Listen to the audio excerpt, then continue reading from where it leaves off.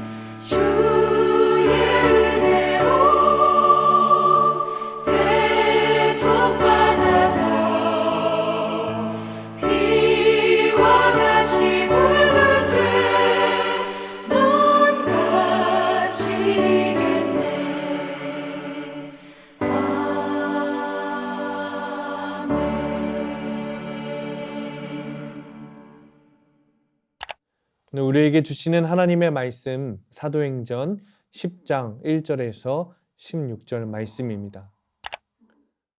제10장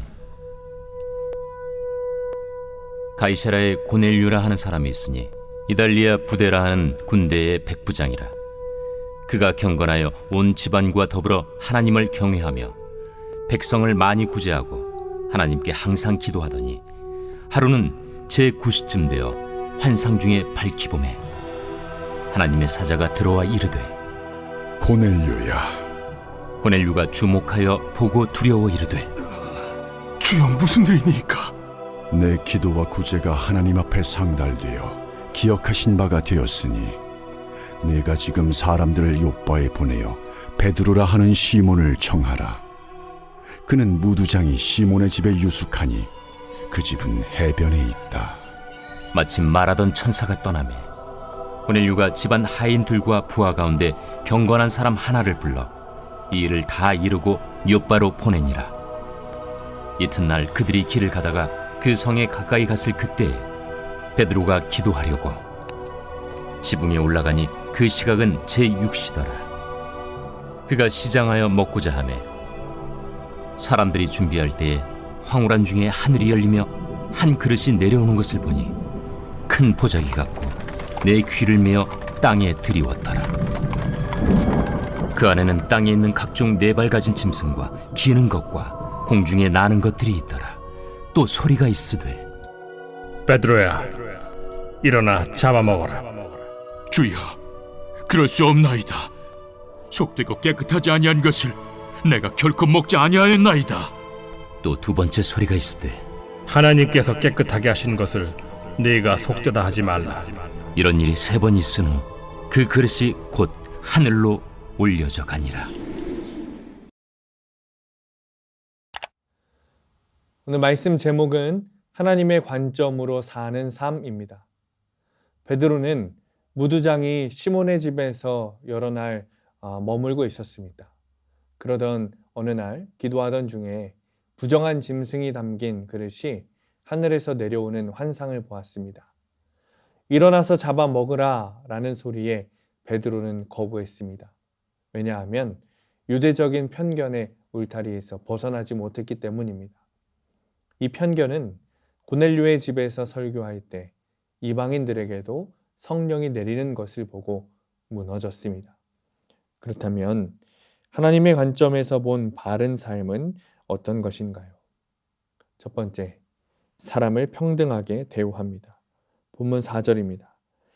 고넬료가 주목하여 보고 두려워 이르되 주여 무슨 일이니까? 천사가 이르되 네 기도와 구제가 하나님 앞에 상달되어 기억하신 바 되었으니. 가이사랴에 사는 고넬료는 로마 군대를 통솔하는 백부장이었습니다. 로마군은 주둔지의 사람들에게 일반적으로 배타적이었습니다. 그러나 이방인 고넬료는 할례받지 않았지만 유대교 신앙을 가지고 율법을 따라 살고자 애썼던 사람이었습니다. 구제와 기도 생활을 열심히 하며 가족과 함께 경건하게 살았습니다. 하나님의 사자에게 메시지를 들은 그는 즉시 말씀에 순종해 사람들을 보냈습니다. 그는 신실했지만 유대인으로부터 하나님의 백성으로 인정받지 못했습니다. 하나님은 그런 그를 베드로를 통해 당신의 백성으로 삼고 은혜를 베풀어 주셨습니다. 예수님의 사역 목적은 모든 민족이 하나님의 백성이 되는 것입니다. 따라서 그리스도인은 차별하거나 사람에 대해 편견을 가져서는 안 됩니다. 두 번째, 고정관념에 갇혀 있지 않았습니다. 본문 14절입니다. 베드로가 이르되 주여 그럴 수 없나이다. 속되고 깨끗하지 아니한 것을 내가 결코 먹지 아니하였나이다 한데, 정오쯤 베드로는 기도하기 위해 인적이 드문 지붕으로 올라갔습니다. 기도할 때 황홀의 경지에 이르러 하늘이 열리고 큰 보자기와 같은 그릇이 땅에 내려오는 것을 보았습니다. 그 안에는 율법이 금한 부정한 동물도 혼합되어 있었습니다. 그릇은 3번이나 나타났고 하늘의 소리도 반복되었습니다. 이를 본 베드로는 지금까지 모세의 율법을 잘 지켜왔기에 단호히 거절했습니다. 그러자 주님의 책망이 이어졌고 이후 베드로는 자신을 가둔 율법의 울타리를 무너뜨렸습니다. 많은 이들을 실족해 한 율법의 모든 규정은 예수님이 부활 승천하셔서 영광을 받으심으로 십자가에 못 박혀 없어졌고 빈문서도 지워졌습니다. 그리스도인은 관습이 아닌 복음에 근거한 삶을 살아야 합니다. 세 번째는 말씀을 바로 듣습니다. 본문 15절입니다. 또 두 번째 소리가 있을 때 하나님께서 깨끗하게 하신 것을 네가 속되다 하지 말라 하더라. 하나님은 같은 환상을 3번이나 보여주셨습니다. 반복하신 이유는 베드로가 정결한 것과 부정한 것을 사람의 관점으로 판단하는 편견을 가지고 있었기 때문입니다. 하나님께서 깨끗하게 하신 것을 네가 속되다 하지 말라 라는 말씀은 깨끗하게 하는 주체가 하나님이심을 의미합니다. 말씀의 뜻을 제대로 파악하지 못하고 고집스럽게 거부하던 베드로는 결국 같은 말씀을 계속 들어야 했습니다. 말씀을 바로 듣지 못하면 사람의 관점에서 잘못 판단하는 오류를 범합니다. 3번씩이나 반복되었다는 것은 사람이 얼마나 고집스럽고 완고한지를 나타냅니다. 지금도 그릇된 생각에 갇혀 사는 우리에게 주님은 계속해서 사람의 관점으로 판단하는 편견을 깨뜨리라고 말씀하십니다. 주님의 말씀만이 진리 안에서 바른 삶을 살아가게 합니다. 누구나 자신이 추구하는 관점이 있습니다. 사람의 관점으로 혹은 하나님의 관점으로 세상을 바라봅니다.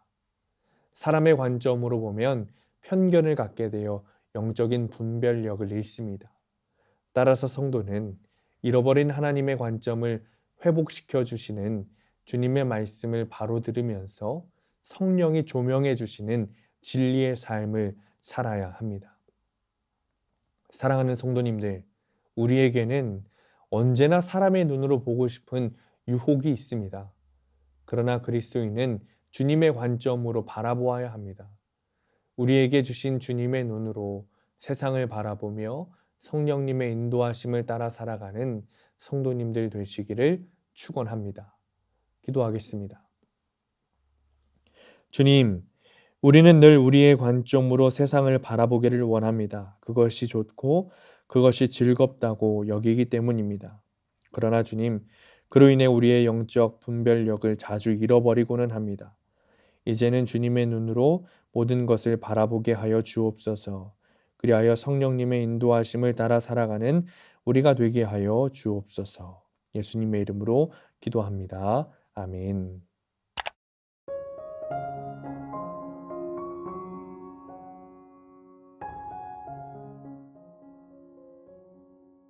오늘도 속회토크 전사님과 함께 하겠습니다.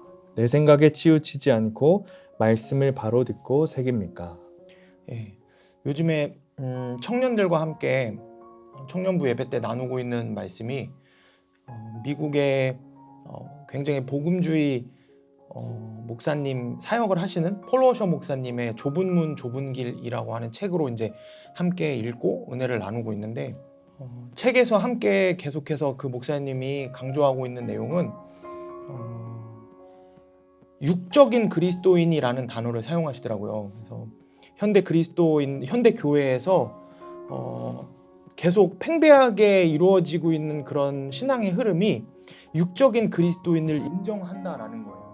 육적인 그리스도인이라는 그 말이 한국 기독교에 이제 대입을 시키면은 그런 거죠. 청년들이 지금 세상이 변했으니까 이 정도는 인정해도 되지 않아요? 라고 하는 많은 세상의 문화들이 교회 안에 이미 들어와 있죠. 예를 들어서 술과 담배 아니면 뭐 혼전 관계 뭐 이런 여러 가지 이슈들의 요즘에는 젠더에 대한 문제까지도 사실은 성경에서 분명히 금하고 있고 성경을 잘 해석을 하면은 이것이 맞고 틀린 건지 하나님께서 원하시고 원하시지 않는 것인지에 대해서 분명히 알 수 있는데 오늘 질문처럼 성경을 내 생각에 치우쳐서 말씀을 해석을 하고 받아들이니까 그런 육적인 그리스도인들이라는 단어가 사실 말이 안 되잖아요. 어떻게 그리스도인이 육적인 모습을 갖고 살겠어요? 그런데 이렇게 이야기를 하더라고요. 세상이 변했으니까 육적인 그리스도인도 잉태가 되어서 육적인 그리스도인도 가능하다라고 그렇게 말씀으로 해석을 하더라고요. 그러니까 그게 굉장히 잘못된 거다. 그런 거는 성경에서 이야기하고 있지 않다. 그러니까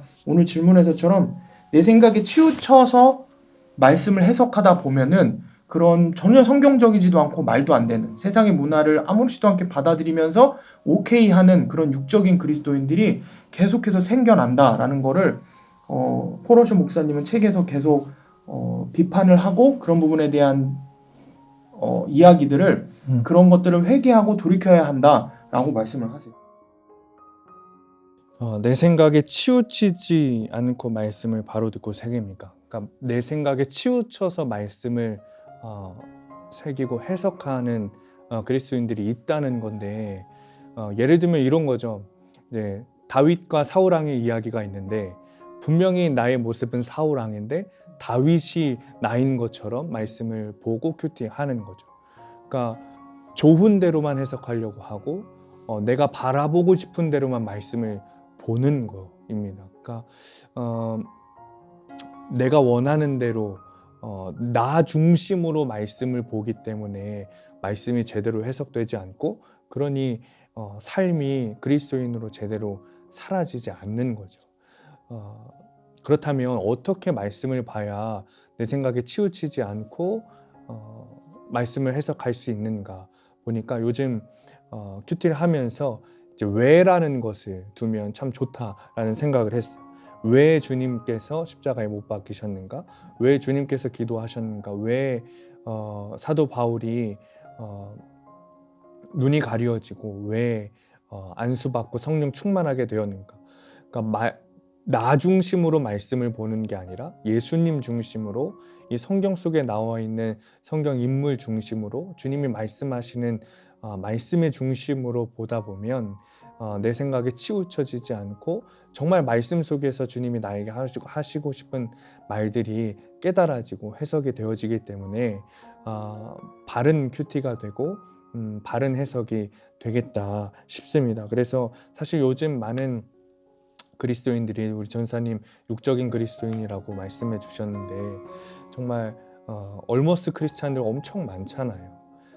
우리가 그렇게 되지 않으려면 나 중심적인 것, 이기적인 것, 내가 보고 싶은 말씀들만 보는 게 아니라 말씀에서 주님이 하고 싶은 말씀을 잘 해석하고 받아들일 수 있어야 주님이 원하시는 그 길, 그리고 주님의 제자로 거듭나게 되지 않을까 싶습니다.